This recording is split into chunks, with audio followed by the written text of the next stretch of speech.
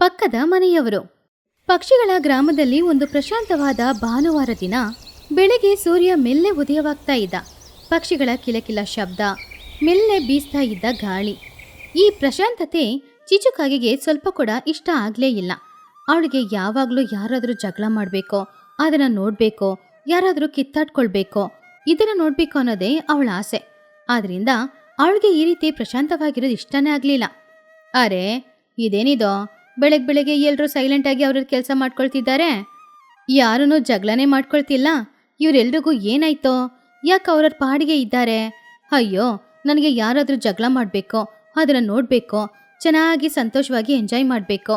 ಹೀಗೆ ಯಾರು ಏನು ಜಗಳ ಮಾಡ್ಕೊಳ್ಳಿಲ್ಲ ಅಂದರೆ ನಾನು ಬಾಳೋದು ಹೇಗಪ್ಪ? ಹಾಗಂತ ಅಂದ್ಕೊಂಡಿದ್ದಾಗ ಚಿನ್ನುಕಾಗೆ ಹೊರಗಡೆ ಬಂದ. ಚಿನ್ನು, ಏನೇ ಇದು? ಬರ್ತಾ ಬರ್ತಾ ಕುಂಭಕರ್ಣಂತರ ಸುಮಾರು ಹೊತ್ತು ನಿದ್ರೆ ಮಾಡ್ತೀಯಾ? ಹೋಗು, ಊರಲ್ಲಿ ಒಂದು ರೌಂಡು ಹೊಡ್ಕೊಂಡು ಬಾ. ಯಾರಾದರೂ ಎಲ್ಲಾದರೂ ಜಗಳ ಮಾಡ್ತಿದ್ದಾರಾ? ಗಂಡ ಹೆಂಡತಿಗೆ ಜಗಳನ, ಇಲ್ಲ ಅತ್ತೆ ಸೊಸೆಗೆ ಜಗಳನ, ಪಾತ್ರೆಗಳೇನಾದರೂ ಮನೆಯಲ್ಲಿ ಉರುಳ್ತಾ ಇದೆಯಾ? ಇದೆಲ್ಲ ಸ್ವಲ್ಪ ನೋಡ್ಕೊಂಡು ಬಾ. ಹಾಗಂತ ಹೇಳಿದಾಗ ಚಿನ್ನುಕಾಗೆ, ಅಮ್ಮ ಯಾಕಮ್ಮ? ಎಲ್ಲರೂ ಪ್ರಶಾಂತತೆಯಿಂದ ಕೆಲಸ ಮಾಡ್ತಾ ಇದ್ದಾರೆ, ಅವ್ರ ಪಾಡಿಗೆ ಮಾಡ್ಕೊಳ್ಳಿ ಪಾಪ. ಅವ್ರು ಯಾಕೆ ಜಗಳ ಮಾಡಬೇಕೋ? ನಾನು ಯಾಕೆ ಎಲ್ಲರೂ ಜಗಳ ಮಾಡ್ತಿದ್ದಾರ ಅಂತ ನೋಡಬೇಕೋ? ಸುಮ್ಮನಿರೋ, ಎಲ್ಲರೂ ಸೈಲೆಂಟಾಗಿ ಕೆಲಸ ಮಾಡ್ತಾ ಇದ್ರೆ ಅದನ್ನು ನೋಡೋಕೆ ಚೆನ್ನಾಗಿದೆಯಾ? ಎಲ್ಲರೂ ಜಗಳ ಮಾಡ್ಕೊಂಡಿದ್ರೆ ನೋಡೋಕೆ ಚೆನ್ನಾಗಿರುತ್ತೆ. ನೀನು ಹೋಗಿಲ್ಲ ಅಂದರೆ ಏನಂತೆ, ನಾನೇ ಹೋಗ್ತೀನಿ ಬಿಡು. ಹಾಗಂತ ಹೇಳಿ ಚಿಚುಕಾಗೆ ಅಲ್ಲಿಂದ ಟುನಿಯ ಮನೆಗೆ ಹೋದ್ಲು.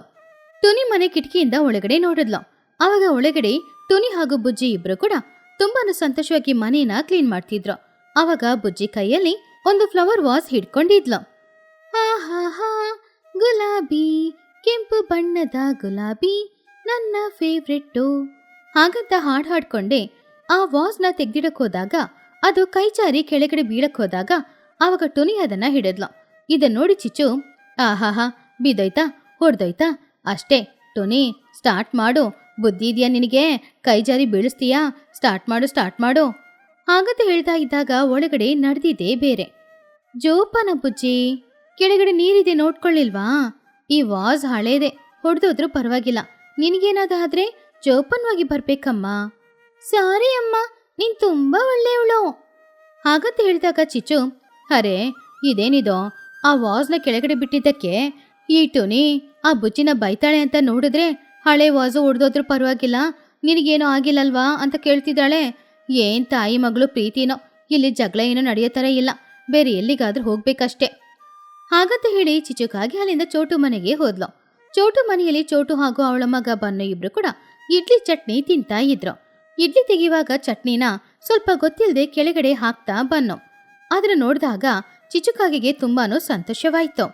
ಹಾ, ಚಟ್ನಿನ ಕೆಳಗಡೆ ಚೆಲ್ಲದ್ನಾ? ಈ ಚೋಟುಗೆ ಎಲ್ಲ ಜಾಗನೂ ಕ್ಲೀನಾಗಿರ್ಬೇಕು.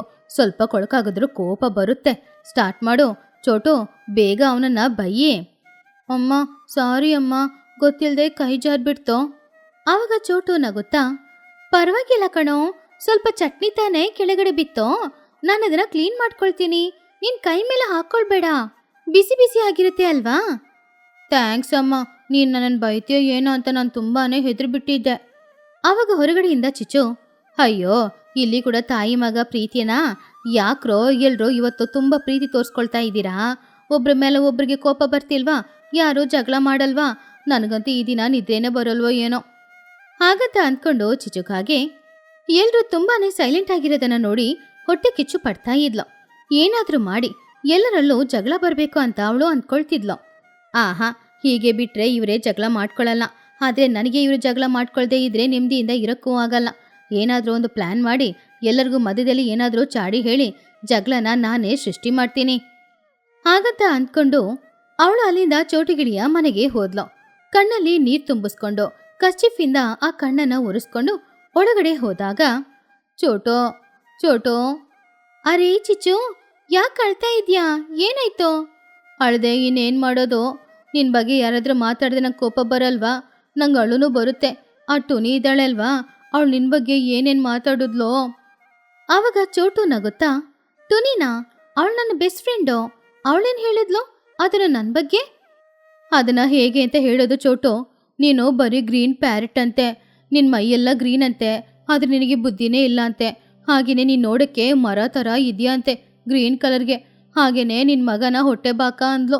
ಹೊಟ್ಟೆ ಬಾಕ ಅಂತ ನಿನ್ನ ಮಗನ ಹೇಳಿದ್ರೆ ಕೋಪ ಬರುತ್ತೆ ಅಲ್ವಾ? ಹಾಗಂತ ಅಂದ್ಕೊಂಡು ಚಿಚ್ಚು ಮನ್ಸೊಳಗಡೆ, ಹಾ ಕೋಪ ಬರ್ತಾ ಇದೆ, ಚೋಟಿಗೆ ಕೋಪ ಬರ್ತಾ ಇದೆ, ಇವಾಗಲೇ ಹೋಗಿ ಆ ಟುನಿ ಜೊತೆ ಜಗಳ ಮಾಡ್ತಾಳೆ ಹಾಗಂತ ಅಂದ್ಕೊಂಡ್ಲು. ಆದರೆ ಅಲ್ಲಿ ನಡೆದಿದ್ದೇ ಬೇರೆ. ಹಾ ಅವಳೇನಾದ್ರೂ ತಮಾಷೆಗೆ ಹೇಳಿರ್ತಾಳೆ ಚಿಚ್ಚು. ಅವಳು ನನ್ನನ್ನು ಮರ ಅನ್ಲಾ? ಅದು ಕಾಂಪ್ಲಿಮೆಂಟ್ ಅಲ್ವಾ? ಮರ ಎಲ್ರಿಗೂ ನೆರಳು ಕೊಡುತ್ತೆ, ಹಾಗೇನೆ ಗಾಳಿ ಕೊಡುತ್ತೆ. ಮತ್ತೆ ನನ್ನ ಮಗ ಬನ್ನು ಹೊಟ್ಟೆ ಬಾಕ ಅನ್ನೋದು ಊರಲ್ಲಿ ಎಲ್ರಿಗೂ ಗೊತ್ತು ತಾನೆ, ಅದನ್ನೇ ಅವಳು ಹೇಳಿದ್ದಾಳೆ. ಇದರಲ್ಲಿ ಏನು ತಪ್ಪು ಇಲ್ವಲ್ಲ?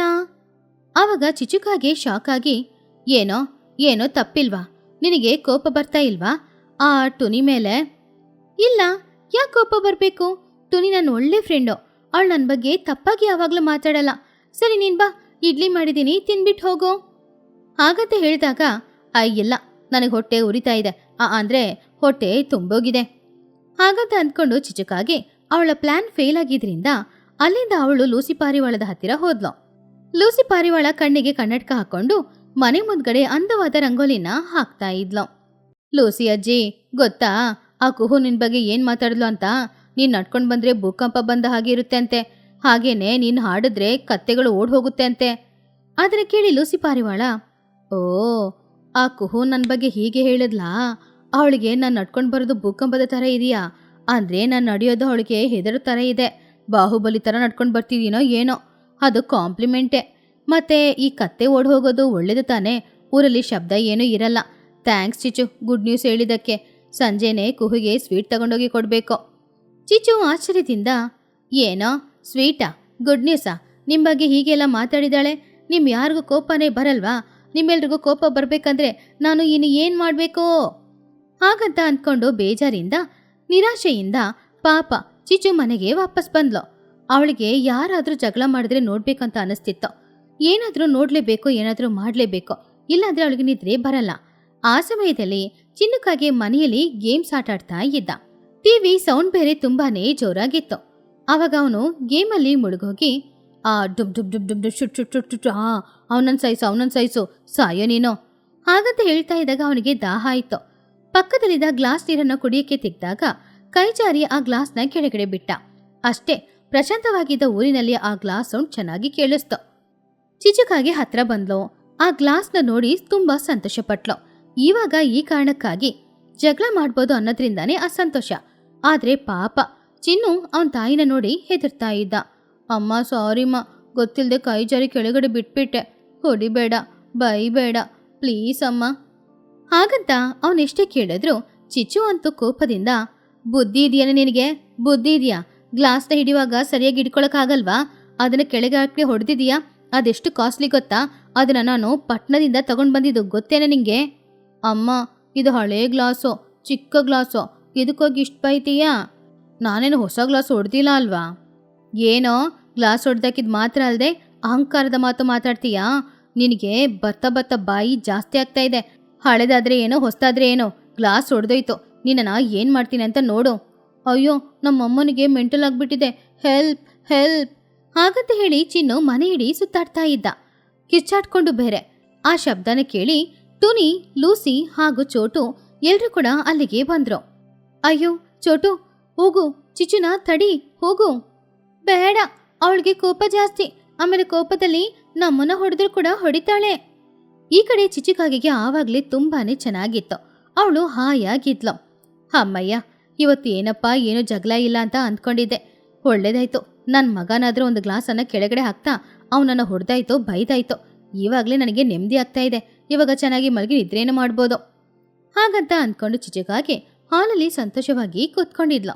ಇನ್ನೊಂದು ಕಡೆ ಪಾಪ ಚಿನ್ನು ಹೆದರ್ಕೊಂಡು ಮೂಲೆಯಲ್ಲಿ ಕೂತ್ಕೊಂಡಿದ್ದ. ಈ ಕಥೆಲಿರುವ ನೀತಿ ಏನು ಅಂದರೆ, ಇನ್ನೊಬ್ರು ಮನೆಯಲ್ಲಿ ಜಗಳ ನಡಿಬೇಕು ಅಂತ ಅಂದ್ಕೊಳ್ಳೋರು ಅವ್ರ ಮನೆಯಲ್ಲೂ ಕೂಡ ಜಗಳ ನಡೆದರೆ ಸಂತೋಷನೇ ಪಡ್ತಾರೆ. ಪ್ರಶಾಂತತೆ ಇಷ್ಟ ಇಲ್ಲದೆ ಇರೋರ ಜೀವನ ನಿಜವಾಗ್ಲೂ ನರ್ಕನೇ ಆಗುತ್ತೆ.